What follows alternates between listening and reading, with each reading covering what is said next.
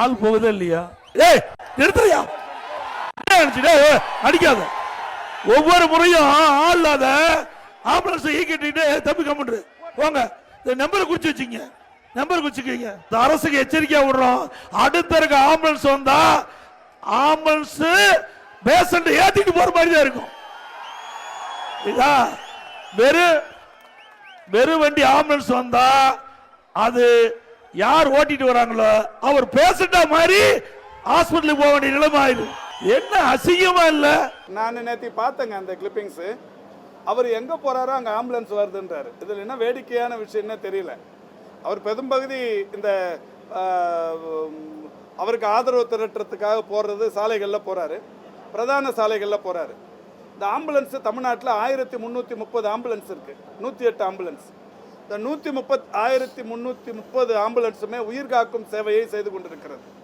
எங்கேயாவது விபத்து, அது கிராமப்புறங்களில் இருந்தாலும், மலை கிராமங்களில் இருந்தாலும், நகரப்பகுதிகளில் இருந்தாலும், மாநகராட்சி பகுதிகளில் இருந்தாலும், ஒரு 8-10 மணித்துளிகளுக்குள் அந்த ஆம்புலன்ஸ் விரைந்து சென்று உயிர்களை காக்க வேண்டும்.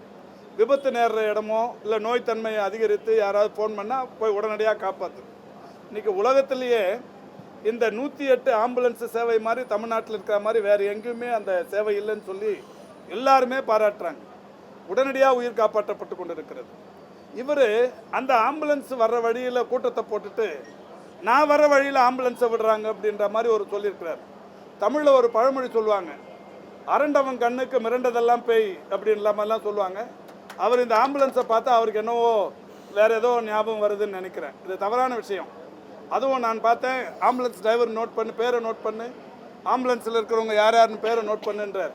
இது மருத்துவத்துறை அலுவலர்களுக்கு, மருத்துவத்துறையில் பணியாற்றி கொண்டிருக்கின்ற ஒரு தன்னார்வமிக்க ஒரு தொண்டு செய்து கொண்டிருக்கின்ற மருத்துவர்களுக்கு விடுக்கிற ஒரு மிரட்டல் தொனி.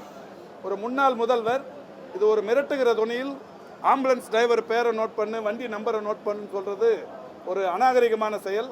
இது அவர் இதோடு நிறுத்திக்கிறது நல்லதுன்னு நினைக்கிறேன். என்னன்னா, இது பொதுமக்கள் இடையே அவருக்கு இன்னும் கூடுதல் எதிர்ப்பை உருவாக்கி தருமே தவிர அவருடைய இருப்பை நிலைநிறுத்துவதற்கு செய்து கொண்டிருக்கின்ற இந்த காரியம் இன்னமும் அவரோட அந்த குவாலிட்டியை குறைக்கிறதுக்கான ஒரு விஷயமா தான் இருக்கும். அவருடைய பேச்சு நேற்று பார்த்ததிலிருந்து.